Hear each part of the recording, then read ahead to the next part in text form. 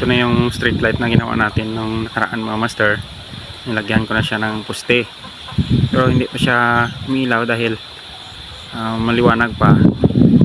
So antayin na natin mamaya na magdilim para makita natin ang kanyang liwanag dito sa labas.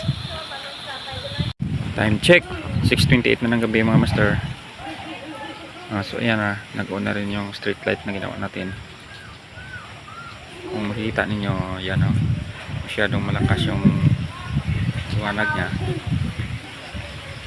So sa lahat ng gusto na gumawa rin ng solar street light, mag-comment na kayo sa aking video na i-upload at ibibigay ko sa inyo yung shop na binilan ko rin ng mga parts na inasimbol natin.